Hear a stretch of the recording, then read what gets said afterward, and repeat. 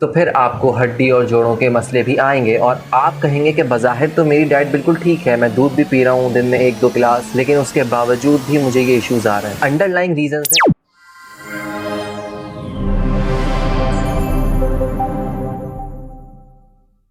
पूरे social media पर हर जगह कोई ना कोई फिटनेस इन्फ्लुएंसर का आपने इस तरह का कंटेंट देखा होगा कि एक बहुत सस्ता मगर हाई प्रोटीन शेक है जो कि आपको कंज्यूम करना चाहिए, और उसके अंदर क्या चीज है, दूध के साथ जौ या नट्स। अब इशू ये आता है कि इनके पास प्रॉपर न्यूट्रिशन नॉलेज नहीं होती और ये सिर्फ मल्टीपल सोर्सेज को कंबाइन करके एक एंड रिजल्ट की तरफ जाना चाहते हैं, और उस रिजल्ट तक जाने वाले रास्ते में क्या क्या नुकसान हो इसकी अवेयरनेस नहीं होती। तो let's discuss the problems with these kind of shakes. सबसे पहले तो एक फैक्ट आपको जहन में रखना है कि प्रोटीन की सोर्सेज में जितनी भी प्लांट सोर्सेज हैं वो सारी इनकम्प्लीट सोर्सेज हैं। मतलब उसके अंदर एसेंशियल अमीनो एसिड्स जो कि 9 हैं वो सफिशिएंट क्वांटिटीज में मौजूद नहीं होते, और बास सोर्सेज में सारे के सारे मौजूद नहीं होते। जबकि एनिमल सोर्सेज के अंदर हर तरह का nutrient most bio available form के अंदर होता है, चाहे वो कोई मिनरल हो, चाहे वो कोई विटामिन हो, चाहे वो कोई प्रोटीन हो, और उसमें सारे एसेंशियल अमीनो एसिड्स भी मौजूद होते हैं। और इसके अलावा बहुत सारे ऐसे न्यूट्रिएंट्स जो कि प्लांट सोर्सेज में मौजूद नहीं है, कि जिसके लिए आप मेरी वीगन डाइट वाली वीडियो जाकर देख सकते हैं, उसके अंदर मैंने ये प्रॉपर डिस्कस किया है। अभी बात हमने कर ली कि प्रोटीन की क्वांटिटी शायद अच्छी हो इन चीजों में, लेकिन प्रोटीन की क्वालिटी अच्छी नहीं है। अब साथ साथ डिस्कस करते हैं कि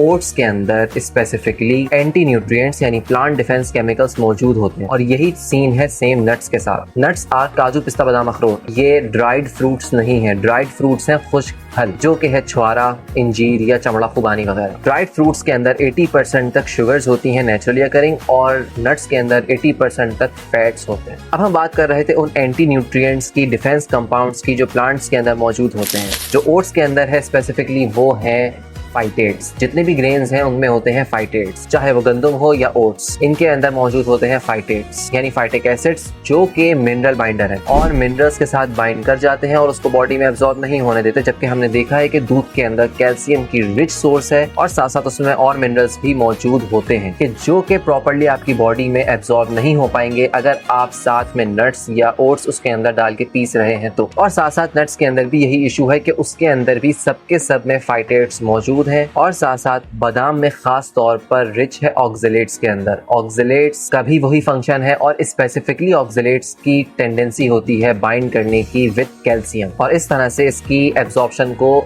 इनहिबिट करता है बॉडी के अंदर, इंटेस्टाइन्स के अंदर। अब चूंकि इतने सारे नुकसान डिस्कस किए हैं तो इनका एक पोटेंशियल फायदा होता भी है, और हो सकता है कि जिनका मेडिकल बैकग्राउंड हो उनको ये बात पता हो कि ऑक्सलेट्स हमारी बॉडी में भी प्रोड्यूस होते हैं, और इसका फंक्शन होता है कि ये फ्री रेडिकल स्कैवेंजर्स हैं। मतलब ये कि अगर आपके इंटेस्टाइन्स में मौजूद हैं फ्री रेडिकल्स तो ये उसके साथ भी बाइंड कर जाते हैं, स्कैवेंजर होते हैं, और उसको बॉडी में एब्जॉर्ब नहीं होने देते और अपने साथ लेकर एक्सक्रीट हो जाते। तो ये एक इनका पोटेंशियल बेनिफिट होता है। लेकिन उसके अलावा अगर आप बहुत ज्यादा हाई कंसेंट्रेशंस में इसको यूज करते हैं तो बहुत ज्यादा चांसेस होते हैं आपकी किडनी स्टोन्स के, ऑटो इम्यून इश्यूज के, और जब मिनरल्स ही एब्जॉर्ब नहीं हो पा रहे, कैल्शियम जैसा मिनरल, तो फिर आपको हड्डी और जोड़ों के मसले भी आएंगे, और आप कहेंगे कि बज़ाहिर तो मेरी डाइट बिल्कुल ठीक है, मैं दूध भी पी रहा हूँ दिन में 1-2 गिलास, लेकिन उसके बावजूद भी मुझे ये इश्यूज आ रहे हैं। अंडरलाइंग रीजंस हैं इस तरह के खराब कॉम्बिनेशंस कि जिनकी प्रॉपर नॉलेज आपको होनी चाहिए। Don't rely on these random fitness influencers. इसी नोट पे करते हैं वीडियो को खत्म। If you have found this video helpful, make sure to give it a thumbs up and leave a comment down below. See you soon.